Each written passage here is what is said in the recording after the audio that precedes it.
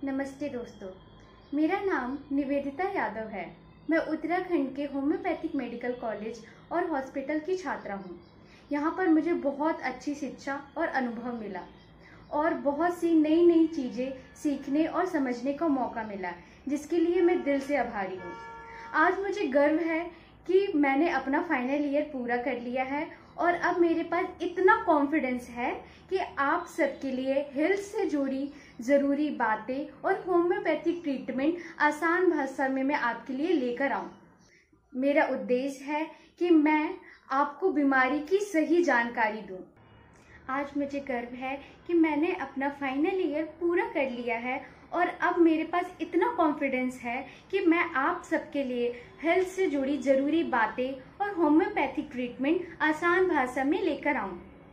मेरा उद्देश्य है कि मैं आपको बीमारी की सही जानकारी दूँ और साथ ही होम्योपैथी की मदद से बेहतर हेल्थ की दिशा दिखाऊँ। तो चलिए शुरू करते हैं आज का वीडियो। तो स्टार्ट करते हैं। आज हम बात करेंगे एक बहुत ही कॉमन प्रॉब्लम, उच्च रक्तचाप यानी हाई ब्लड प्रेशर के बारे में। आजकल की भागदौड़ भरी जिंदगी में ये बीमारी हर घर में देखने को मिल रही है। अगर इसका इलाज समय पर ना किया जाए तो ये दिल की बीमारियों, स्ट्रोक और किडनी की समस्या तक का कारण बन सकती है।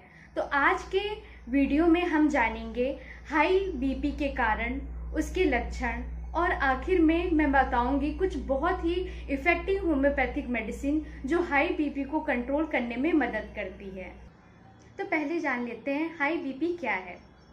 दोस्तों, जब हमारे हार्ट से ब्लड ज़्यादा प्रेशर के साथ हमारी धमनियों में सर्कुलेट करता है तब उसे हाई ब्लड प्रेशर या हाइपरटेंशन कहा जाता है।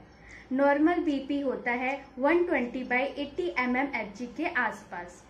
अगर ये बार बार 140/90 mmHg के ऊपर चला जाए तो इसे हाई बीपी माना जाता है। अब हम जानेंगे इसके कारण। हाई बीपी होने के कई कारण हो सकते हैं, जैसे ज़्यादा तनाव, स्ट्रेस। ज़्यादा स्ट्रेस लेने से भी हाई बीपी होने के चांसेस बहुत ज़्यादा होते हैं। दूसरा कारण हो सकता है गलत खान पान, ज़्यादा नमक, ऑयली और जंक फूड। ये सब भी हाई बीपी होने के कारण हो सकते हैं। तीसरा कारण हो सकता है कम फिजिकल एक्टिविटी और मोटापा। ओबेसिटी भी एक मेन कारण है हाई बीपी का। और एक कारण हो सकता है अल्कोहल और स्मोकिंग। और एक कारण हो सकता है जेनेटिक कारण। अगर फैमिली में हिस्ट्री है हाई बीपी की तो ये भी रीज़न हो सकता है हाई बीपी का। अब हम हाई बीपी के सिम्टम्स यानी लक्षण के बारे में जानेंगे। कई बार हाई बीपी बिना सिम्टम्स के होते हैं, इसलिए इसे साइलेंट किलर भी कहा जाता है।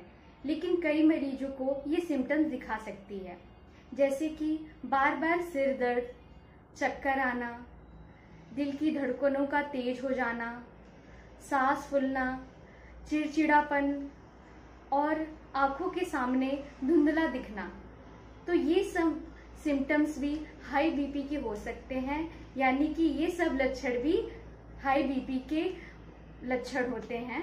तो हम जान सकते हैं कि इन्हें हाई बीपी की प्रॉब्लम है। अब बात करते हैं होम्योपैथिक ट्रीटमेंट की।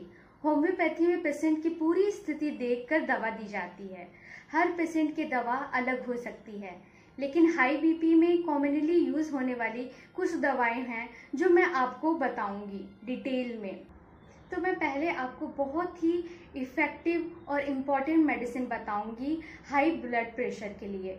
तो उस मेडिसिन का नाम है बेलाडोना। जब हाई बीपी अचानक से तेज हो जाए तो हम बेलाडोना दे सकते हैं। इसके और भी लक्षण हैं, जैसे सिर लाल हो जाए, चेहरा गर्म हो और अचानक थ्रोम्बिंग हेडेक, धड़कन जैसा सिर दर्द हो, तो हम बेलाडोना दे सकते हैं। बहुत ही अच्छी मेडिसिन है। इसका एक और सिम्टम, जैसे मरीज को रोशनी और आवाज़ से तकलीफ बढ़े, बेचैनी और चिड़चिड़ापन साथ में हो, तो ऐसे अगर सिम्टम्स आते हैं तो इसके लिए बेलाडोना बहुत ही अच्छी और इफ़ेक्टिव होम्योपैथिक मेडिसिन मानी जाती है। और अब मैं आपको दूसरी बेस्ट होम्योपैथिक मेडिसिन बताऊंगी हाई ब्लड प्रेशर के लिए, जिसका नाम है ग्लोनाइनम। इसकी कुछ सिम्टम्स हैं जो मैं आपको बताती हूँ। पहला सिम्टम ये है कि जब हाई बीपी धूप में या गर्मी से बढ़ती हो।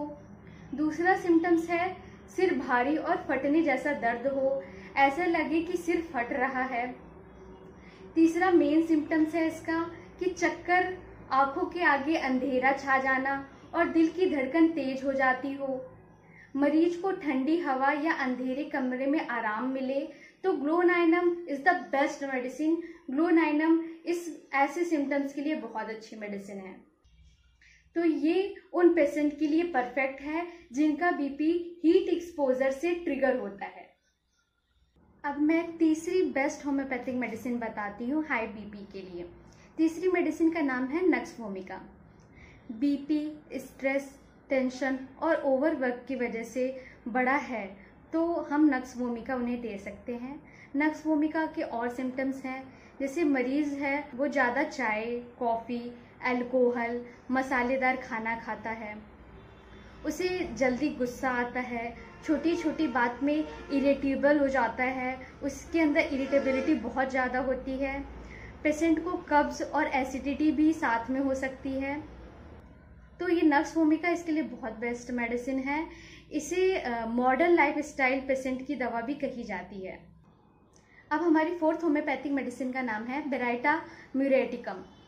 इसके सिम्टम्स है, इसका पहला सिम्टम्स है खासकर बुजुर्ग मरीजों में हाई बीपी अगर देखा जाता है तो बेराइटा म्यूर बहुत ही अच्छी मेडिसिन है। इसके और सिम्टम्स है जैसे मेमोरी वीक हो, कंफ्यूजन रहे, धीरे धीरे चलना और बोलना हो, मतलब जो पेशेंट है उसकी मेमोरी बहुत वीक होती है, वो बहुत कंफ्यूज्ड होता है, वो धीरे धीरे चलता है और बातें भी वो बहुत धीरे धीरे करता है।